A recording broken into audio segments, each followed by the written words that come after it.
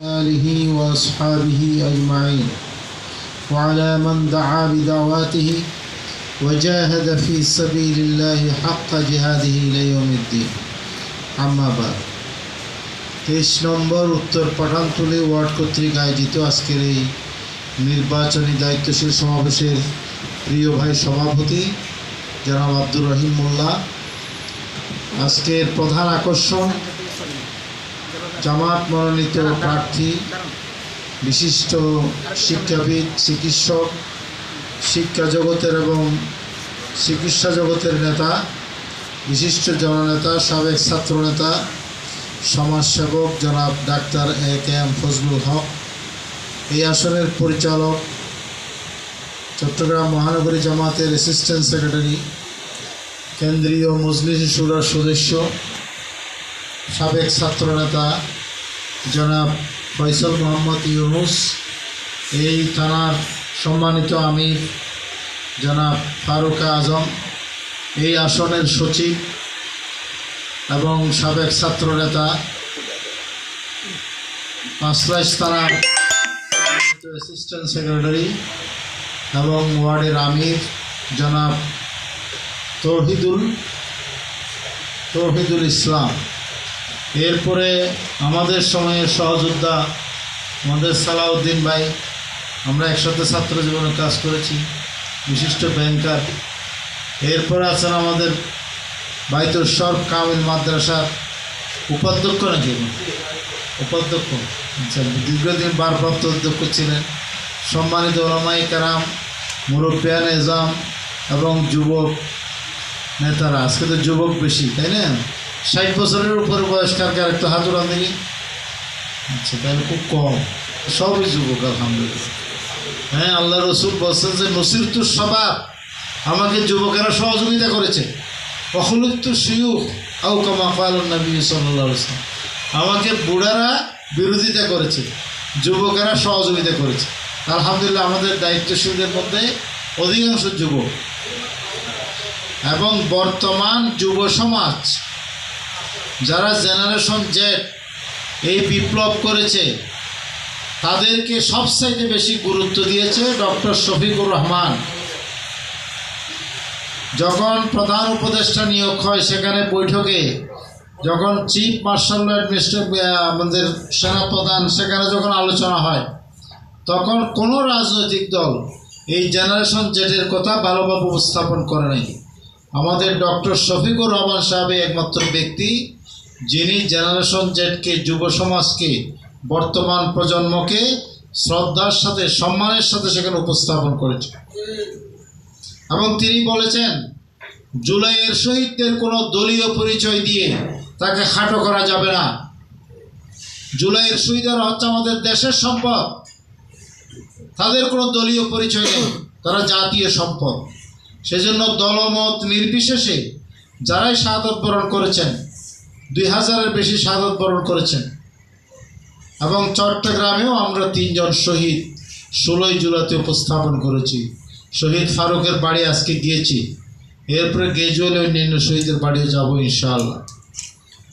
এরপরে শহীদ আবু সাইদ রংপুর, সেই দিনই আমরা এখানে 3 জন, শহীদ ফারুক, শহীদ ফয়সাল আহমদ শান্ত এবং শহীদ ওয়াসিম আর আকরামকে এখানে পেশ করেছি। তাহলে সকল শহীদ, আহত, পঙ্গুত্ব বরণকারী, নির্যাতনকারী পরিবারকে জামাত ইসলামী দলের সংকীর্ণতার ঊর্ধ্বে উঠে আমাদের ডক্টর শফিকুর রহমান উদারতার পরিচয় দিয়ে সকলকে বুকে টেনে নিতে পেরেছেন, আলহামদুলিল্লাহ। তাহলে আমরা যদি স্ব জায়গায় ডক্টর শফিকুর রহমানের প্রতিনিধিত্ব করতে পারি, আমাদেরকে মনে করতে হবে যে ওই যে একবার বলছেন প্রার্থীকে চিনে না, প্রার্থীকে আপনি বলবেন যে ডাক্তার ফজলু, আমি ডাক্তার শফিকুর রহমান, এইভাবে করতে পারবেন ইনশাআল্লাহ। এমপির পক্ষে সম্ভব না ভোটারের প্রত্যেক ভোটারকে দেখা যাওয়া, এটা মেম্বার ইলেকশনে সম্ভব, এটা চেয়ারম্যান ইলেকশনে কিছু সম্ভব, কিন্তু এমপির পক্ষে 10টা ওয়ার্ডের প্রত্যেক ভোটারকে দেখা দেওয়া কি সম্ভব? সেখানে ইউনুস বলবে যে আমি ডক্টর শফিকুর রহমান, আমি হলাম ডাক্তার ফজলু, ইনশাআল্লাহ আপনার সঙ্গটা আমি নিয়ে আসবো, না হলে আমাকে ধরবেন, এভাবে বলতে পারবেন? এভাবে বললে ইনশাআল্লাহ ডাক্তার ফজলু ওখানে হয়ে যাবে, ডাক্তার শফিকুর রহমান প্রতিনিধিত্ব হবে। আর দাড়িপাল্লার কথা বলতে হবে, ঠিক আছে? তাহলে এইভাবে আমাদের প্রত্যেক ভোটারের কানে কানে চলে যেতে হবে ইনশাআল্লাহ। এখন যে দাওয়াতি অভিযান করবেন সেটাও ভোটার কেন্দ্রিক করবেন। এখন যে সমাজ সেবার কাজ করবেন সেটাও ভোটার কেন্দ্রিক করবেন। কোথাও হঠাৎ করে পানি জমে গেছে, 3 জন গিয়ে পানিটা সরাই দেবেন। হ্যাঁ, না বলো ভাই জামাত ইসলামের কাজ হলো এগুলো, আপনাদের কোথায় অসুবিধা আমরা দূর করবো। এইটা আমাদের ডাক্তার শফিক সাহেব নির্দেশ দিছে, আমাদের এমপি সাহেব, হ্যাঁ, ডাক্তার ফজলুল সাহেব বলছে যে এখানে পানি জমছে, তোমরা পরিষ্কার করো না কেন? আমরা সেই জন্য অন্যদের পক্ষ থেকে আসছি, ডাক্তার ফজলুল ভাইয়ের নির্দেশে আসছি। এবার বলতে পারবেন না? কোথাও মশা হইতেছে, মজা পুকুর 10 জন মিলে পরিষ্কার করে ফেলবেন, কি পারবেন? এইভাবে করলে তো প্রার্থী পরে গেলে বুঝবো যে ও আচ্ছা ওনার নির্দেশে সব কাজ হয়েছে, বাস কাজ হয়ে যাবে না। এইভাবে কনফিডেন্সের সাথে কাজ করতে হবে, আত্মবিশ্বাসটা আগে রাখতে হবে।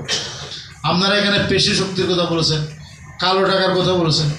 কালো টাকারটা আমি পরে আসতেছি। পেশি শক্তি যারা আছে দেখায় তাদেরকে হাত 3টা নাকি, চোখ কি 3টা নাকি? তো আপনার হাত নাই, হাত পা নাই। আপনি এখন থেকে কি করবেন? কয়জন আছে সন্ত্রাসী? কয়জন হবে পুলিশ করলে? ইউনুস 23 নম্বরে 50 জনও তো নাই, আরো কম হবে, হয়তো 10 জন 20 জন। তো তাদেরকে চিনে রাখতে হবে, তালিকা করতে হবে, তাদের আত্মীয় স্বজনকে চিনতে হবে। দেখলেন যে মনে করেন আমার নামে বলি নজরুল ইসলাম একজন সন্ত্রাসী আছে এখানে, তা আপনি আমার বউয়ের নম্বর নেবেন, আমার ছেলের নম্বর নেবেন, আমার শ্বশুরের নম্বর নেবেন, আমার শাশুড়ির নম্বর নেবেন, আমার বাপের নম্বর নেবেন, আমার বাপের মায়ের নম্বর নেবেন।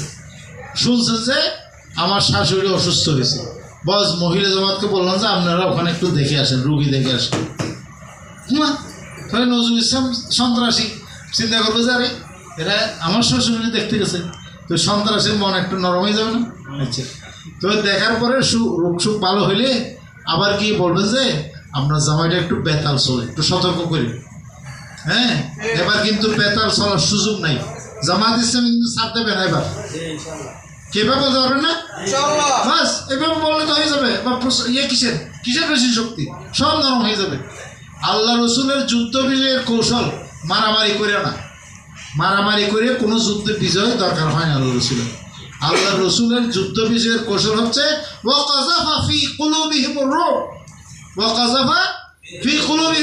তাদের মনের মধ্যে ভয় ধরাই দিতে হবে, মহাব্বত পয়দা করে নরম করে দিতে হবে, ভয় ধরাই দিতে হবে।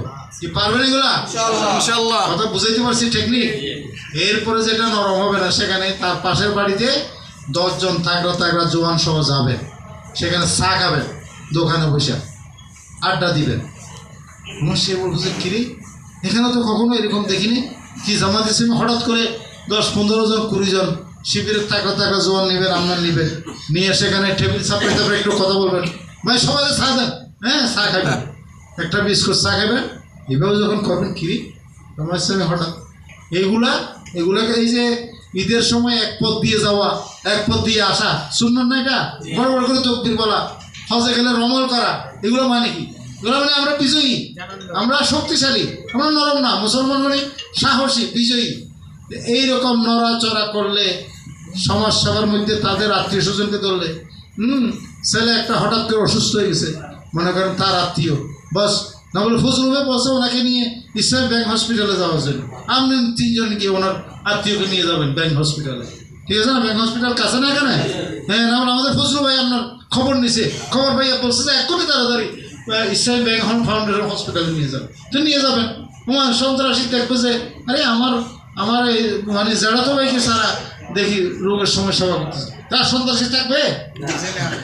এরপরে যারা চিহ্নিত অস্ত্রবাজ তাদের ঠিকানাটা পার্টিকুলার করবেন, কালেকশন করবেন, করে ফয়জল ভাইকে দেবেন, উনি জানে এটা কীভাবে নিয়ন্ত্রণ করতে হবে।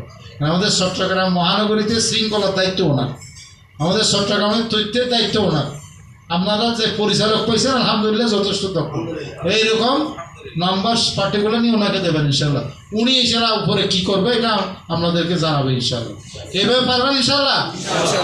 তাহলে ওই যে বলবেন শেষের পরে পাই যে দ্বিমত করলেন, আপনি এখন একমত হয়েছেন ইনশাআল্লাহ? কে দাঁড়ান আপনি আমাদের সাথে একমত হয়েছেন কিনা? এইভাবে সাহসিকতার সাথে এরপরে আপনি মুদির দোকান, তো আপনি কথা ছাড়বেন, আপনি বলবেন যে ওখানে এরা কাস্টমার আসবে না, সবসময় তো 10 জন কাস্টমার থাকে না। আপনি বলেন হ্যাঁ দর্জি একজন বলবে যে না বলে এবারে খবর পাইছো কিছু, না বলে এবার কিন্তু জামাতের হেভি ওয়েট প্রার্থী, ওনারা তো এখনো চিনো নাই, সার দেবে না কিন্তু সব জায়গায় কিন্তু জামাত হিসেবে রব উঠে গেছে, এটা বলতে পারবেন? 10 জনকে বলবে। এবার আপনার কাজ হবে সারাদিন খালি ফুসপারিং করবেন, কান ভারী করবেন, কথা বলছেন? আপনার কাছে কয়জন আছে ডেলি কাস্টমার? 8-10 জন, বাস 8-10 জনের মধ্যে হিসাব করিয়া সবাই বলতে গেলে আবার সমস্যা, ওই যে ফাঁকে ফাঁকে একজনকে বলবো যে আরেকজন যাতে না শুনে, কথা বলছে? এগুলো যুদ্ধের কৌশল।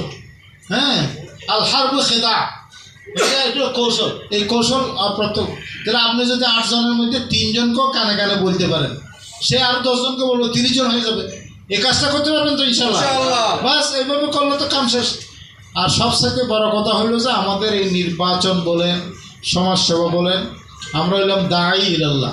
এই এলাকার 23 নম্বরের সকল মানুষের কাছে ইসলামের দাওয়াত পৌঁছাতে না পারলে কালকে কিয়ামতের ময়দানে তারা আমাদেরকে অভিযোগ করবে।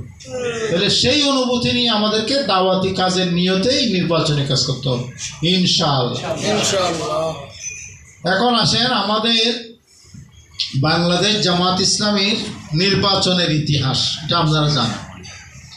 1970 সালে এখানে পাকিস্তান আমলের সর্বশেষ নির্বাচন, এটা আবার সর্বপ্রথম নির্বাচন পাকিস্তান, কারণ পাকিস্তান হয়েছে 47 সালে।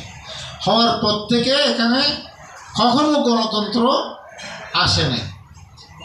এই সর্বশেষ জেনারেল ইলেকশন হয়েছে, এরা 54 যুক্তফ্রন্ট ইলেকশন হয়েছে, তারপরে 46-এ পাকিস্তান হওয়ার আগে হয়েছে। কিন্তু 70-এর নির্বাচনকে বলা হয় the first and the last general election, কারণ এরপর তো পাকিস্তান ভেঙে গেছে, তাই না? আমরা বাংলাদেশে গেছি। 70-এর নির্বাচনকে বলা হয় কি বলা হয়? The first and the last general election. এখানে আমরা 151টা নমিনেশন দিয়েছিলাম, পাইছিলাম 60টা সিট। কয়টা? 4টা সিট। কিন্তু আমরা তখন নির্বাচনের নতুন, মানে জাস্ট অভিজ্ঞতার জন্য দিছি, কি হয় দেখি। এরপরে আসলো বাংলাদেশ চলে গেল, মানে বাংলাদেশ হয়ে গেল, পাকিস্তান চলে গেল। বাংলাদেশ আমলে 1973 ইংরেজিতে নির্বাচনে আমরা অংশগ্রহণ করতে পারিনি, আমাদেরকে অংশগ্রহণ করতে দেওয়া হয়নি। এরপরে এক নেতার এক দেশ হয়ে গেল, এক রাতে সব শেষ হয়ে গেল। ক্ষমতা কার হাতে? তুতিল মুলকা মান তাশা ওয়া তানজিউল মুলকা মিম্মান তাশা ওয়া তুইজ্জু মান তাশা ওয়া তুযিল্লু মান তাশা বিয়াদিকাল খায়র ইন্নাকা আলা কুল্লি শাইইন কাদির। আমরা তো তার কাজই করি, তাই না? আমার শক্তি তো এরকম মনোবল থাকতে হবে। তাইলে এই 73 আমরা করতে পারলাম না। তা আমরা করতে না পারার পরে সেই সরকারও থাকতে পারেনি, সে বাংলাদেশে জীবিতই থাকতে পারেনি, এক রাতে সব শেষ করে দিচ্ছে আল্লাহ। তা আল্লাহ আমাদের সাথে আছে না? এরপরে 79 সালের 18 ফেব্রুয়ারি নির্বাচন হয়েছে জিয়াউর রহমানের আমলে। সেখানেও আমাদেরকে জিয়াউর রহমান, একটা কথা বিএনপি বলে থাকে যে জামাতকে নাকি বিএনপি জিয়াউর রহমান প্রতিষ্ঠা করছে, এটা একটা ভুয়া কথা। মূলত ঘটনাটা উল্টো, ইতিহাসটা উল্টো। সেই নির্বাচনে জিয়াউর রহমান আমাদেরকে নিজের নামে ইলেকশন করতেই দেয় না, কিন্তু আওয়ামী লীগকে দিছে। কাকে দিছে? আওয়ামী লীগ তো বাকশাল বলে আত্মহত্যা করছিল, যে আমি আত্মহত্যা করা দলটাকে আওয়ামী লীগ হিসাবে রেজিস্ট্রেশন দিয়ে নির্বাচন করতে দিচ্ছে, জামাত ইসলামীকে দেয় নাই। তারপরেও সেখানে আমরা বেনামে করেও 6টা সিট পেয়েছি 79 সালে। 86 সালে আমরা 10টা সিট পেয়েছি। কয়টা? 10টা সিট পাইলে কিন্তু একটা মর্যাদা হয়ে যায়। সেই মর্যাদা আমরা 86 সালে গেছি, সংসদ ভবনে গেছি, দেখেছি জামাত ইসলামীর অফিস, ওখানে আমার লেখা সংসদীয় কার্যালয় জামাত ইসলামী বাংলাদেশ, এরকম ফিলারের সমান সমান লেখা। আমি দেখে কতক্ষণ তাকাই থাকলাম, হ্যাঁ, খুশিতে আমার চোখ দিয়ে পানি বেরিয়ে গেল। 86 সালে। তারপরে 91 সালে আমরা 18টা পাইয়া ক্ষমতা না চাইলাম, নিজেরা ক্ষমতায় যায়নি, না চাইছি, তাই না? হাসিনাও আছে, খালেদাও আছে, সব মিলে আমরা চিন্তা ভাবনা করে খালেদার সমর্থন দিলাম। এরপরে 96 সালে তারা প্ল্যান করলো জামাত যদি এইভাবে আগায় তাহলে তো আমাদের 12টা বাজবে। সেই জন্য 96 সালে তারা পরিকল্পনা করলো যে জামাত যাতে একটা সিটও না পায়, দেশি বিদেশি সবাই মিলে। কিন্তু সেইখানেই আল্লাহ তাদের পরিকল্পনা বন্ডুল করেছেন, আমাদেরকে দান করেছেন আল্লামা দেলোয়ার হোসেন সাইদির মতো একজন বাঘা পুরুষকে। আলহামদুলিল্লাহ, জামাত ইসলামের সাথে আল্লাহ আছে, এটাই তো প্রমাণ, ঠিক না? তারা প্রমাণ করছে যে একটা সিটও পাবে না, সেখানে সাইদি সাহেবকে আল্লাহ দান করছে। এরপরে 2001 সাল আসার পরে তো আমরা আলহামদুলিল্লাহ 2 জন মন্ত্রী 3টা মন্ত্রণালয় চালাইয়া প্রমাণ করলাম যে আল্লাহকে ভয় করলে, আল্লাহ রসুলের সুন্নাহ মতো চললে, পরকালকে ভয় করলে মন্ত্রীর চেয়ারে বসেও সৎ থাকতে পারে। আলহামদুলিল্লাহ প্রমাণ করছি না আমরা। এখন দেখলো যে এই প্রমাণ হয়ে গেছে, এখন তো জামাত ইসলামীরা ঠেকানো যাবে না, বস শুরু করলো লঘুপুটের তাণ্ডব। এরপর থেকে আর গণতন্ত্র নাই। 18 বছর পরে আমরা আবার হাজার হাজার শহীদের বিনিময়ে আজকে এই 34শে জুলাই, কতদিন? 34শে জুলাই, মনে থাকবে তারিখটা? এটা বেশি বেশি বলবেন। 34শে জুলাই 2024 সালে এসেছিল, আর কখনো আসবে না, এর আগেও আসেনি। 34শে জুলাই ব্র্যাকেটে 5ই আগস্ট একটা বিপ্লবের মাধ্যমে আল্লাহ আমাদেরকে এই অবস্থা দান করেছেন। তাহলে আমাদেরকে এটা কদর করতে হবে না? লাইন শাকারতুম লাযিদান্নাকুম ওয়া লাইন কাফারতুম ইন্না আযাবি লাশাদীদ। তাহলে এটার কদরের জন্য জামাত ইসলাম এখন সিদ্ধান্ত নিয়েছে আমরা 300 সিটেই বিজয়ের লক্ষ্যে নির্বাচন করবো ইনশাআল্লাহ। এখানে কোনো হীনমন্যতা ভোগা যাবে না, এই বিজয়ের লক্ষ্যে আমরা ইলেকশন করব। তাইলে এইটা কখনো করে নাই জামাত ইসলাম। নমিনেশন দিছে 396তে, কিন্তু এইভাবে ইলেকশনের সিদ্ধান্ত এই প্রথম। তাহলে এই সিদ্ধান্তের সাথে যদি আমরা প্রত্যেকেই ডাক্তার শফিকুর রহমান সাহেবের মতো যদি মনোবল নিয়ে না নামি, তাহলে আল্লাহর কাছে দায়ী হব না আমরা। আর মিন ক্বাবলিল ফাতহ, বিজয়ের পূর্বে কাজ করা, দান করা, এটার মর্যাদা অনেক বেশি। সূরা হাদীদ পড়বেন, এখন আমার আলোচনার সুযোগ নেই। তাহলে এখানে আমাদেরকে ওই যে টাকা, কালো টাকার কথা, তো কালো টাকা কিসের? আমাদের যেখানে প্রত্যেক কর্মীর পকেট হচ্ছে আমাদের সোর্স, এখানে আমাদেরকে নির্বাচনী এই 300 আসন সারা দেশকে সাপোর্ট করতে হবে। সারা বাংলাদেশে হচ্ছে 89টা জেলা বা মহানগরী আছে, বুঝছেন? তার মধ্যে আমিরে জামাত মাত্র গুনছে 3টাকে, 86টাকে বলছে যে আপনারা নিজের কালেকশন দিয়ে নিজেরাই নির্বাচন করবেন, কেন্দ্রে দিতে হবে না। আর আমিরে জামাত বলছে 3টে হলো ব্যতিক্রম, একটা হলো যে ঢাকা মহানগরী উত্তর, আর একটা ঢাকা মহানগরী দক্ষিণ, আর একটা কোনটা? এটা আপনারা বুঝে গেছেন। আলহামদুলিল্লাহ, আমাদেরকে যে এইভাবে আমিরে জামাত মনে করছে, মূল্যায়ন করছে, এই জন্য আমরা জোরে আলহামদুলিল্লাহ। তাহলে আমাদেরকে এখানে পকেটকে মুসলমান বানাইতে হবে, অর্থ সম্পদ এমনভাবে দিতে হবে যাতে এখানে নির্বাচনে কিসের কালো টাকা, তাল টাকা, এগুলো সব ধরে দিব আমরা। কোন বাসায় আছে এগুলো তথ্য দেবেন, এগুলো ওনাকে দিলে সব ধরা খেয়ে যাবে ইনশাআল্লাহ। আমাদের টাকা আমাদের পকেটে থাকবে, আমাদের মতো আমরা কম খরচে বেশি রেজাল্ট পাবো ইনশাআল্লাহ, ঠিক না? আমাদের বরকত আছে না? বরকত আছে। তাহলে এইভাবে আমাদের কেন্দ্রকে দিতে হবে, অন্য জেলায় দেওয়া যায়। কথা বুঝাইতে পারছি? তাহলে কী পরিমাণ দিতে হবে বুঝতে পারছেন তো? বাস এইভাবে যদি আল্লাহর উপর ভরসা করে আমরা নামি, আস-সাইয়্যু মিন্না ওয়াল ইতমামু মিনাল্লাহি তাআলা, সেজন্য এরপরে কাজ করলে হবে না, শুধু নামাজে দোয়া করতে হবে, শেষ রাতে দোয়া করতে হবে, আল্লাহ আমিরে জামাত যে বিজয়ের সিদ্ধান্ত নিয়েছে এটাকে তুমি কবুল করো, আমাদেরকে কাজ করার তৌফিক দাও, আমাদেরকে দান করার তৌফিক দাও, আমাদের শরীরকে সুস্থ রাখো। এইভাবে দোয়া করতে থাকি। তাহলে আমরা যখন শতভাগ কাজ করব, দোয়া করব, আল্লাহ কি আর না শুনতে পারবে? ইনশাআল্লাহ আমাদের দোয়া আল্লাহ কবুল করবেন ইনশাআল্লাহ। আমরা বিজয় মিছিল করবো ইনশাআল্লাহ, শুকরানার নামাজ পড়বো ইনশাআল্লাহ, আমরা শুকরানার নামাজ পড়বো ইনশাআল্লাহ। ইনশাআল্লাহ সেই দিনের অপেক্ষায় আপনাদেরকে ভূমিকা রাখার আহ্বান জানিয়ে আমার কথা আমি শেষ করছি। আসসালামু আলাইকুম ওয়া রাহমাতুল্লাহ।